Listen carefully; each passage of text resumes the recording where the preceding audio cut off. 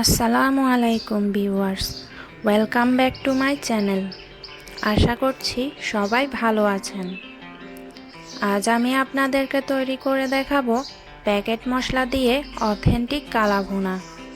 চলুন তাহলে আর দেরি না করে মূল রেসিপিতে চলে যাই। কালা ভুনা করার জন্য আমি এখানে 1 কেজি পরিমাণ হাড় চর্বি সহ গরুর মাংস ভালোভাবে ধুয়ে পরিষ্কার করে নিয়েছি। মাংসগুলোকে আমি একটু বড় বড় টুকরো করে কেটে নিয়েছি। কালা ভুনা করার জন্য মাংসের টুকরোগুলোকে একটু বড় পিস করে কাটলেই ভালো হয়। এখন এই মাংসের মধ্যে আমি দিয়ে দিব 1 কাপ কিউব করা পেঁয়াজ ও 1 কাপ পেঁয়াজ বেরেস্তা। আপনারা চাইলে পেঁয়াজ বেরেস্তার পরিবর্তে পেঁয়াজ কুচিও ব্যবহার করতে পারেন, তবে পেঁয়াজ বেরেস্তা দিলে টেস্ট অনেক গুণ বেড়ে যায়। এখন দিয়ে দিচ্ছি 1 চা চামচ রসুন বাটা, 1 চা চামচ আদা বাটা, 3 টেবিল চামচ পরিমাণ সয়া সস, 2 টেবিল চামচ পরিমাণ টমেটো সস, বড় সাইজের 2টো তেজপাতা, 3 টুকরো দারচিনি, 4-5টা লবঙ্গ ও 4-5টা এলাচ, আর দিয়ে দিচ্ছি হাফ কাপ সরিষার তেল। কালা ভুনা রান্না করার সময় সয়াবিন তেল না দিয়ে সরিষার তেল দিয়েই রান্নাটা করার চেষ্টা করবেন, কারণ অথেন্টিক কালা ভুনাতে কিন্তু সরিষার তেলটাই ব্যবহার করা হয়। সব শেষে এর মধ্যে আমি দিয়ে দেব কালা ভুনার মশলা। আমি রাঁধুনি ব্র্যান্ডের কালা ভুনা মশলার একটা প্যাকেট নিয়েছি। এই প্যাকেটের মধ্যে এরকম 2টো প্যাকেট থাকে। বড় প্যাকেটের মশলা দিয়ে মাংস ম্যারিনেট করা হয়, আর ছোট প্যাকেটের মশলা দিয়ে বাগার দেওয়া হয়। আর এইরকম 1 প্যাকেট কালা ভুনা মশলা দিয়ে 2 কেজি পরিমাণ গরুর মাংস রান্না করা যায়।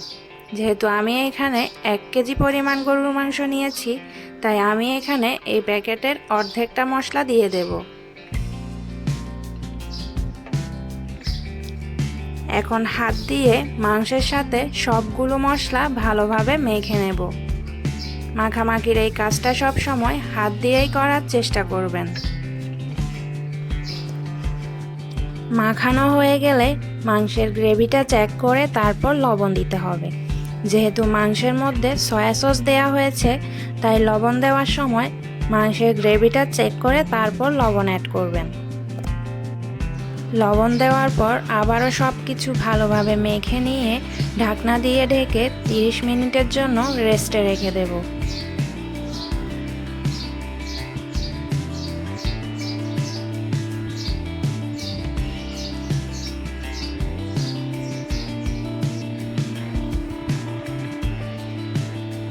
তিরিশ মিনিট পর মাংস রান্না করার জন্য আমি চুলায় বসিয়ে দিয়েছি।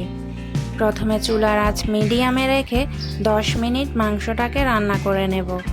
এই পর্যায়ে মাংসের মধ্যে কিন্তু পানি অ্যাড করা যাবে না, কারণ মাংস থেকেই পানি বের হয়ে আসবে। মাঝে মাঝে ঢাকনা খুলে শুধু মাংসটাকে ভালোভাবে নেড়েচেড়ে দিতে হবে, যাতে মশলাটা পাতিলের তলায় লেগে না যায়।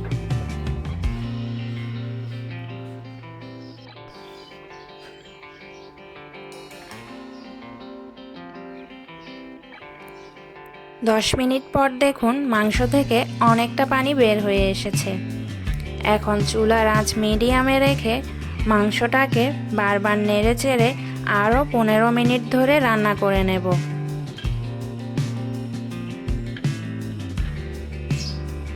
এভাবে আরও 15 মিনিট রান্না করে নেওয়ার পর দেখুন মাংসের পানিটা শুকিয়ে গিয়েছে।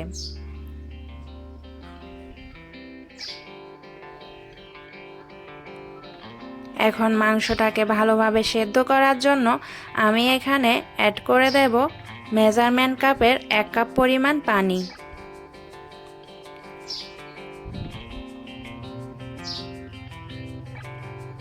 এখন আবারও মাংসের পানিটা না শুকানো পর্যন্ত বারবার মাংসটাকে নেড়েচেড়ে দিয়ে রান্না করে নেব।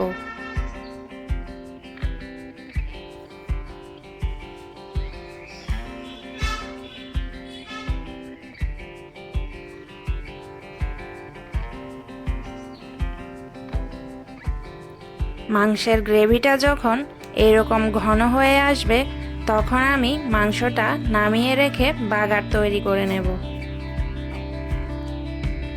এজন্য আমি চুলায় একটা কড়াই বসিয়ে দিয়ে তাতে 1/3 কাপ পরিমাণ সরিষার তেল দিয়ে দিলাম।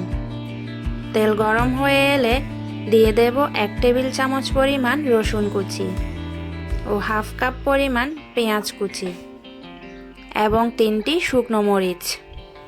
এখন পেঁয়াজ রসুনগুলোকে ব্রাউন কালার না আসা পর্যন্ত ভালোভাবে ভেজে নিতে হবে।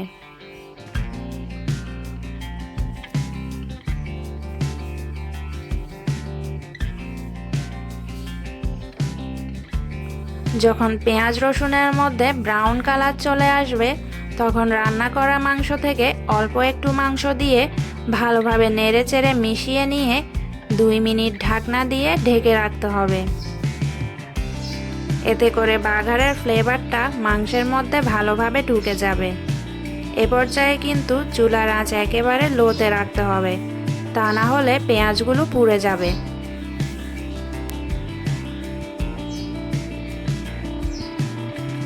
এখন এই বাগার দেওয়া মাংসগুলোকে বাকি মাংসগুলোর সাথে ঢেলে দেব।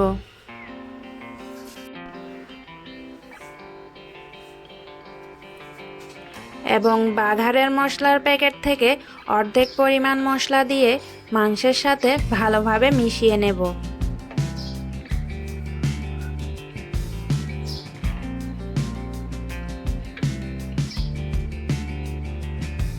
এখন চুলার আঁচ লোতে রেখে মাংসটাকে আরও কিছুক্ষণ রান্না করে নেব। মাঝখানে অবশ্যই ঢাকনা খুলে বেশ কয়েকবার নেড়েচেড়ে দিতে হবে।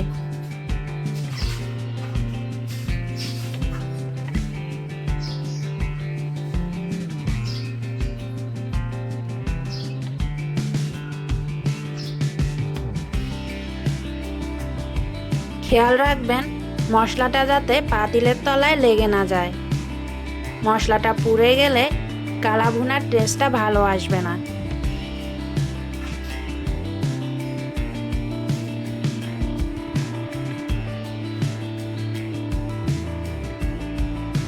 এইভাবে বেশ কিছুক্ষণ রান্না করার পর যখন মাংসের কালারটা চেঞ্জ হয়ে আসবে ও তেল উপরে উঠে আসবে তখন বুঝতে হবে আমাদের কালা ভুনা রান্নাটা হয়ে গিয়েছে।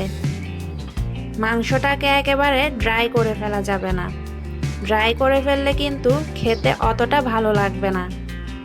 এরকম অবস্থায় থাকতেই চুলা থেকে নামিয়ে নিতে হবে।